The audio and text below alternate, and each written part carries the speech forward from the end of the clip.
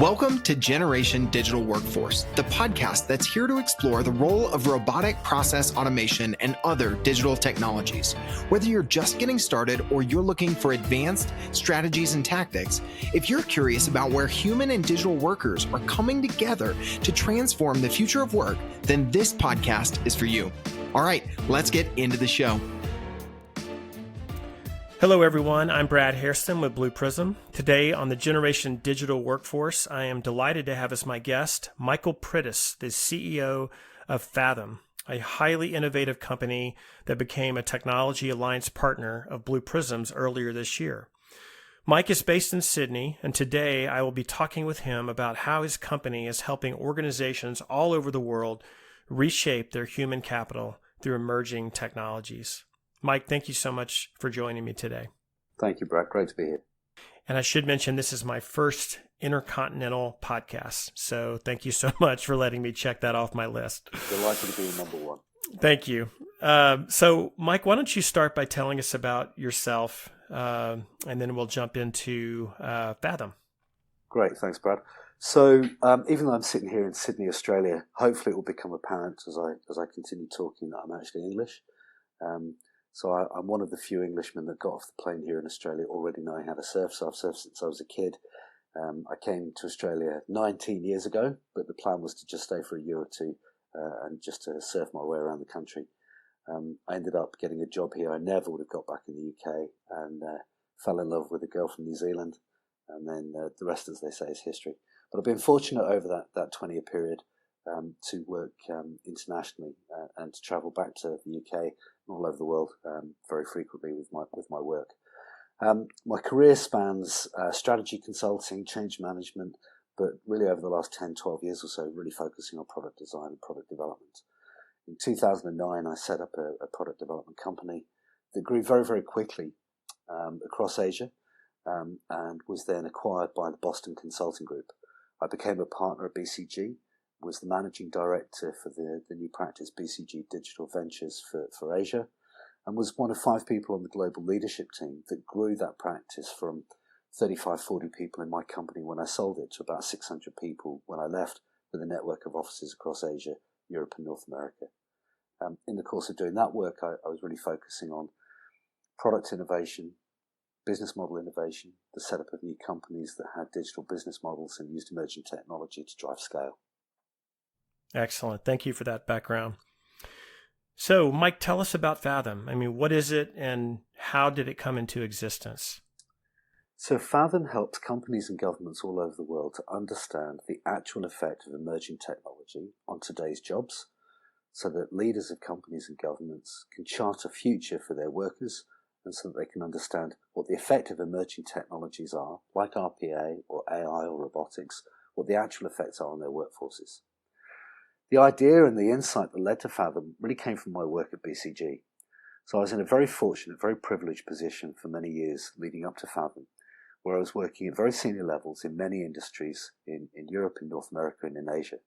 And so I had this very privileged bird's eye view of how different companies in different locations were deploying these emerging technologies and were thinking about the effect of those technologies. One of the things that I saw was that most of the time and effort and expense was really spent on the product side of the equation. How we use technologies to build new products, build new business models, to scale, and so on.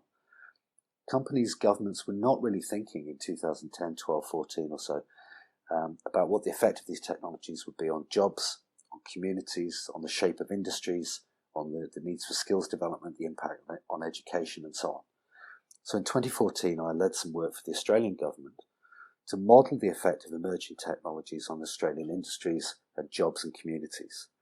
I then left BCG with that insight in hand and built Faethm into what it is today, which is a data platform helping companies and governments all over the world to understand that if I deploy a particular technology into a particular type of work, I affect the underlying supply and demand for the tasks and skills and so on in that job.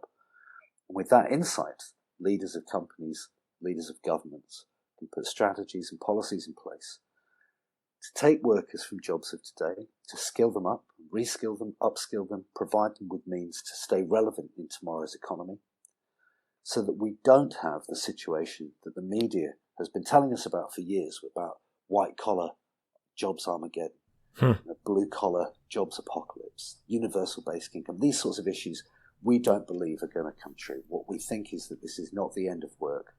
This is a rapid at-scale transition to new types of jobs.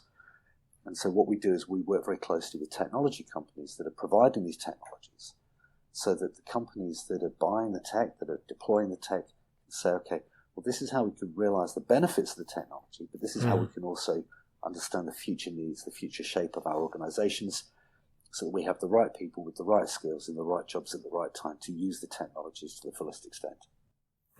Interesting. So, Mike, I would imagine you use the expression future of work about 500 times a day. Is that fair? Yeah, unfortunately it is. I say unfortunately because it's not a term that I actually like. I don't think it's a very helpful term, Brad. When we say future of anything, we're immediately allowing the person we're talking to think of this as something happening at some point down the track. And I'd expect really that most people listening to this podcast will be very familiar with a whole bunch of different companies that are actively involved in applying emerging technology today. So when we say future of work, that really allows the leaders to say this is probably the next guy's problem. Actually, a better term is the evolution of work. This is something that is well underway.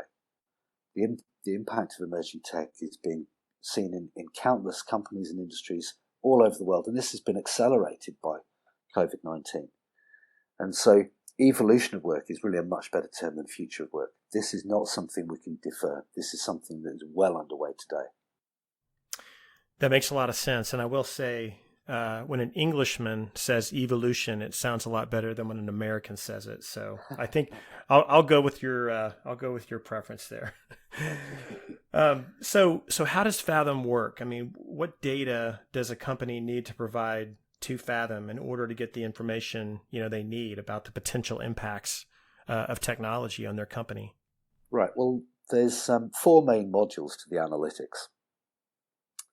The first thing that we did, and we continue to do, we won't stop doing, is to design and build a very detailed view of emerging technologies' impact. And so we've developed a technology taxonomy that describes about 130 emerging technologies in 16 different categories. And we assign each of those a global availability S-curve that describes the effect of those technologies out 15 years. We then have country and industry-specific adoption models that talk about how individual organizations in different locations will deploy those technologies when they become available. So to give you an example, there's a lot of jargon in what I've just said. So to give you something that's real, if we look at voice AI as a category of emerging tech, we have a global model for how voice AI will scale into the future, and then a model for how financial services in France, Finland, and the Philippines will deploy it, and every other technology, every other industry and location. So that's the first thing. The second thing we have is an occupation ontology. So this describes about 70,000 or so different jobs at the atomic level or at the molecular level. So we describe every task, skill, piece of knowledge, the context of work, and so on. We have a task model of nearly 25,000 tasks, a skills model of about 13,000 skills. So we break every single job in every industry all over the world down to their component parts. What sits in the middle are a suite of AIs that at high level we've taught to understand that if you deploy a particular technology into a particular context of work, you affect the underlying supply and demand for those tasks and skills. And this gives us a very nuanced view, a very accurate view of exactly what the effect of tech will be. Wow. We describe technology's effect as firstly automation, secondly augmentation, and thirdly addition. So there are 3 main effects. Lastly, we designed Faethm to be an easy product for companies to use. So we only need 6 pieces of information about every job in their workforce. They come straight out of the HR management information system, so SuccessFactors or Workday or whatever they're using.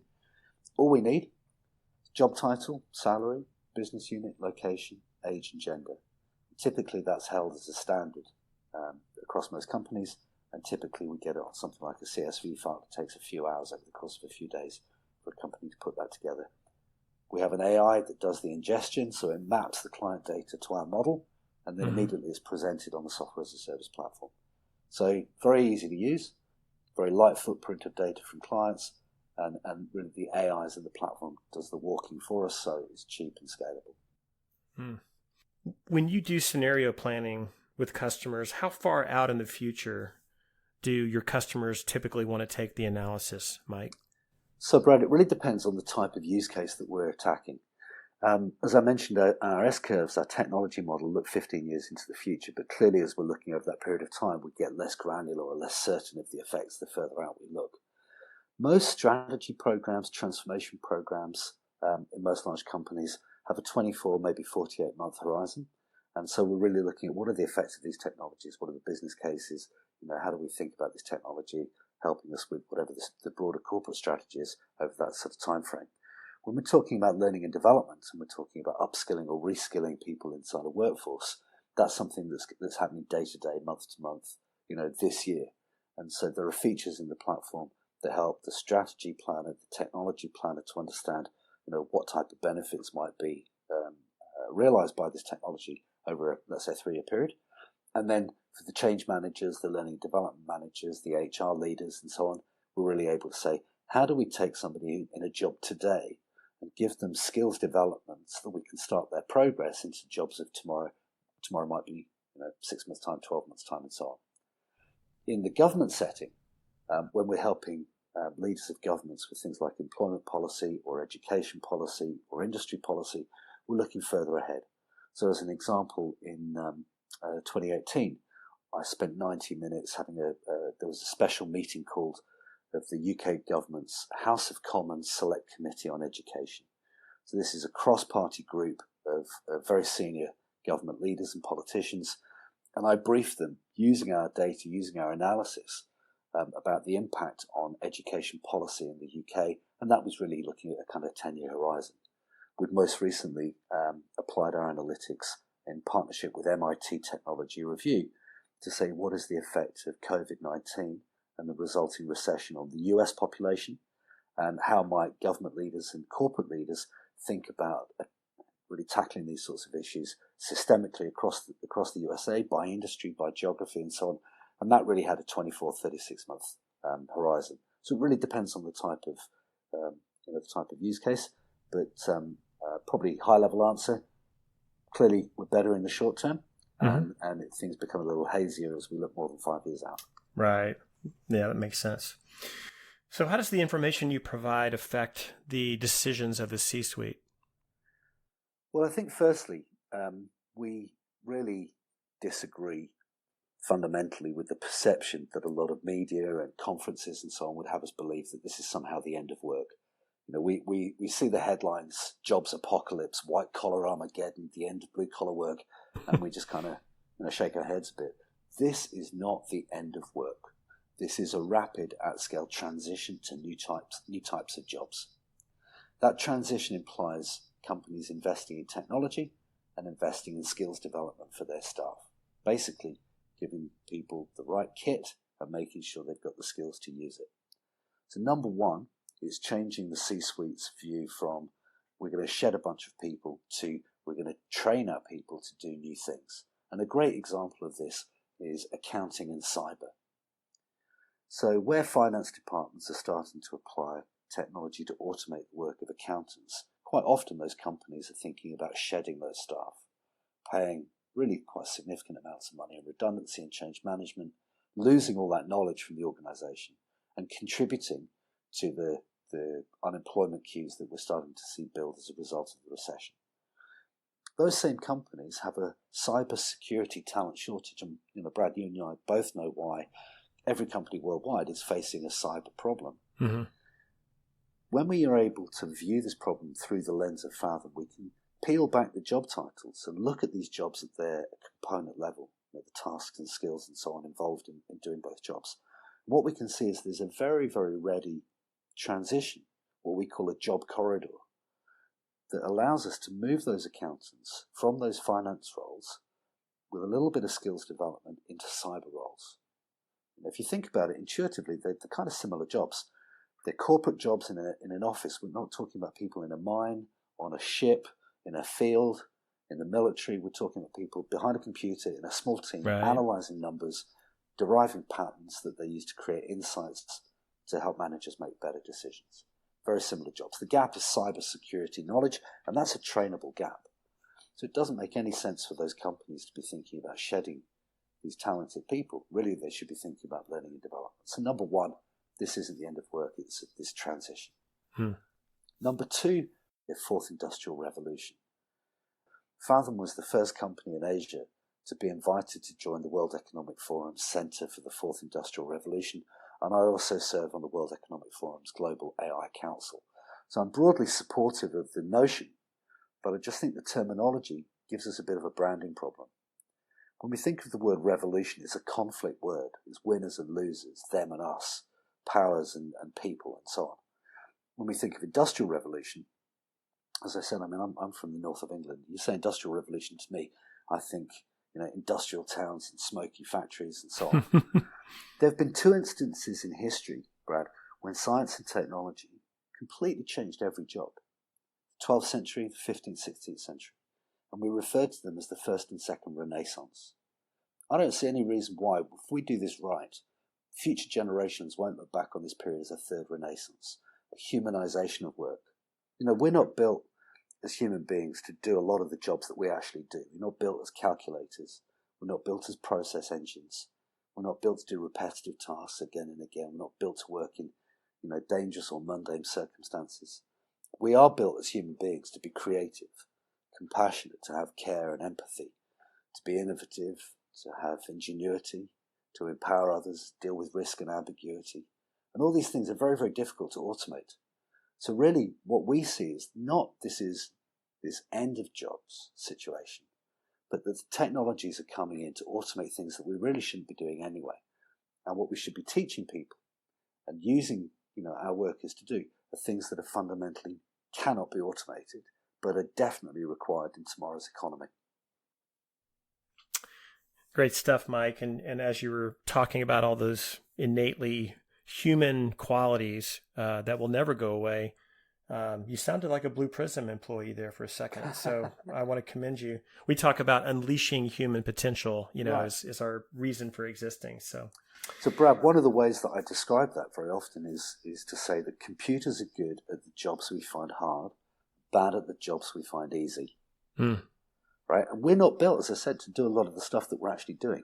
We have very archaic organizational structures and practices, row upon row upon row upon people in call centers or in finance functions or doing kind of routine processing work, very large organizations passing paper or information from one person to the next.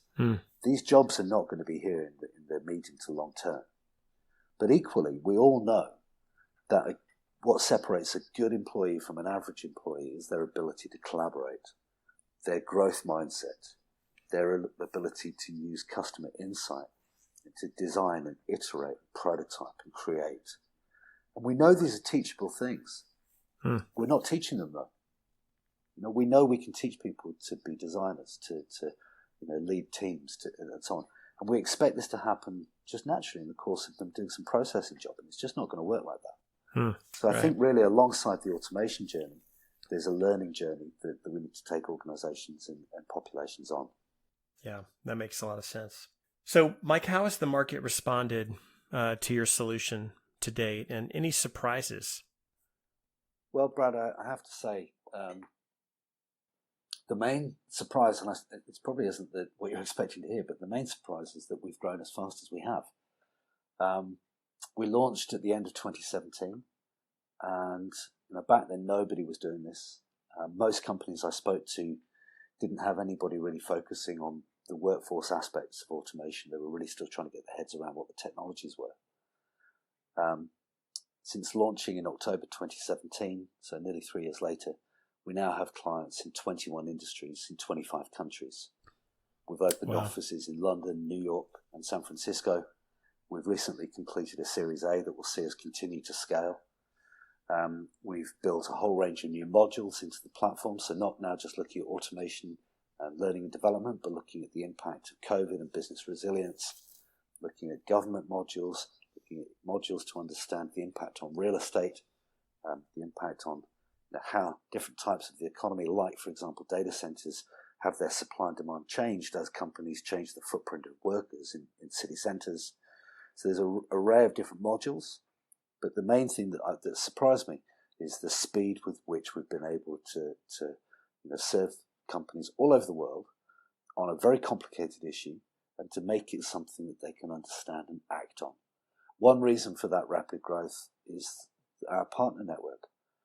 So we partner with major consulting firms like BCG, KPMG, PwC, Capgemini, and so on in every corner of the world. And they're using Faethm with their clients. And then very recently, we've really started focusing on conversations with yourselves at Blue Prism to say, how can Blue Prism and Faethm help companies to understand, firstly, the impact of tech, and as they do that, the impact on their workforce. So, yeah, I think that speed of growth, as my wife said to me at one point last year, you're just making a habit of being in the right place at the right time. That probably summarizes it. Yeah.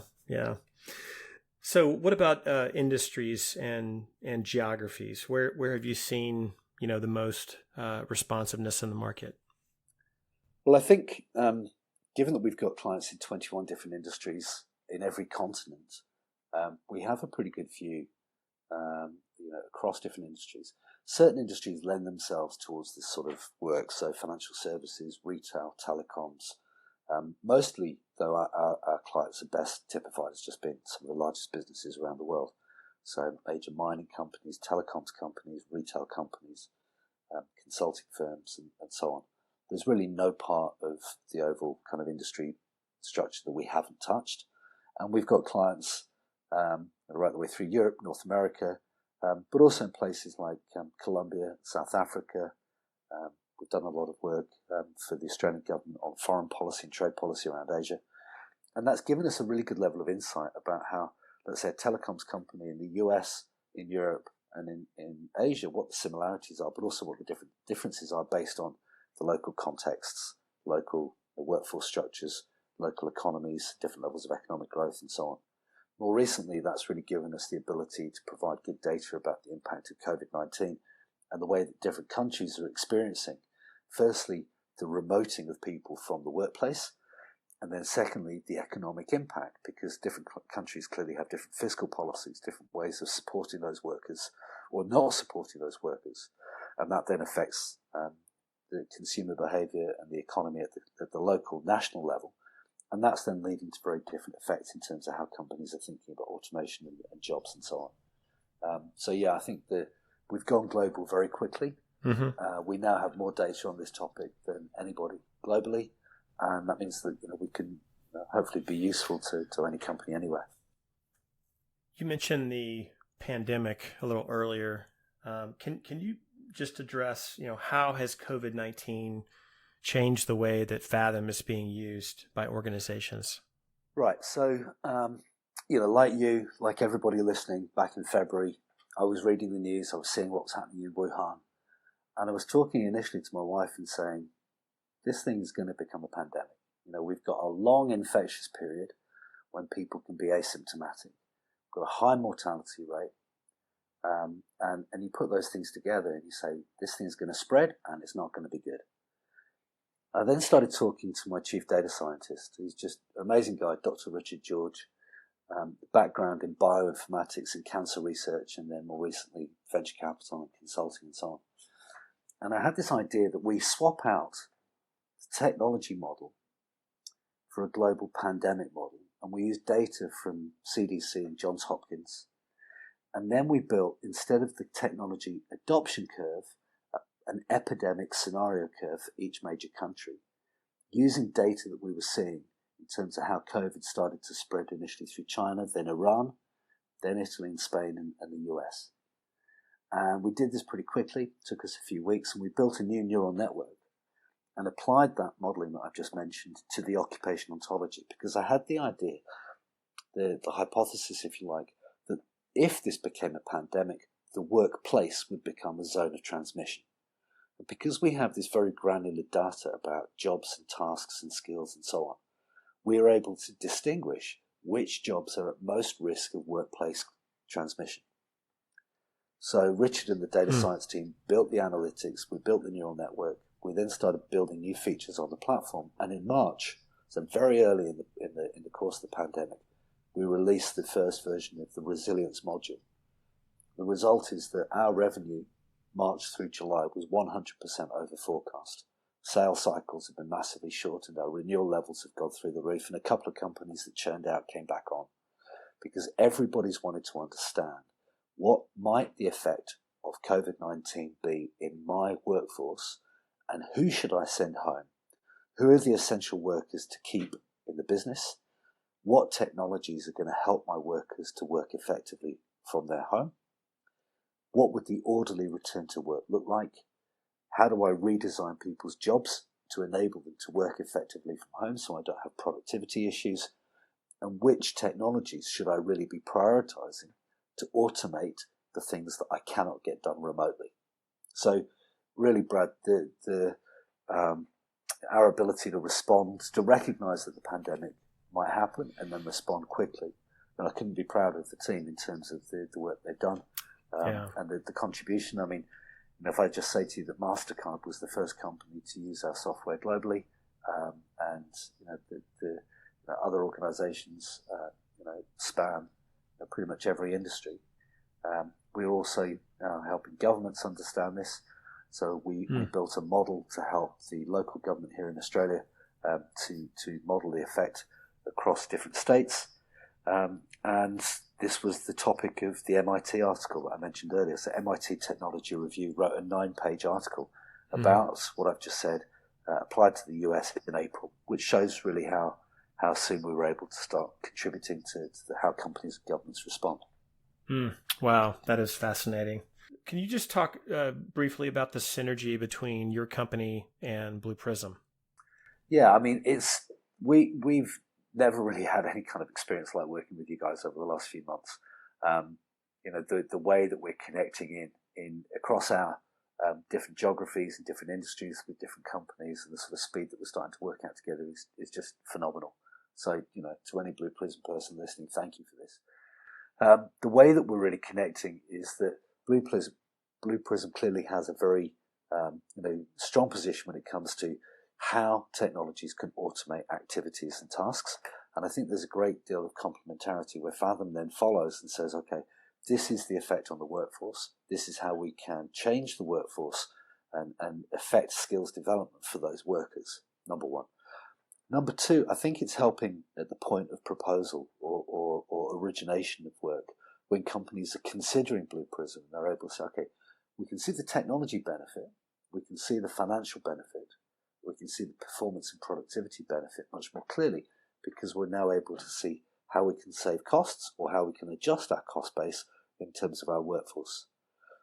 Thirdly, clearly, some companies using automation technologies are going to be shedding people. And at the moment, when we have a recession going on, those companies are very alert to what is the social consequence and how does the community respond? How do we have this sort of social license to operate? How do we consider automation in a holistic way? How do we understand what the future effects of automation might be?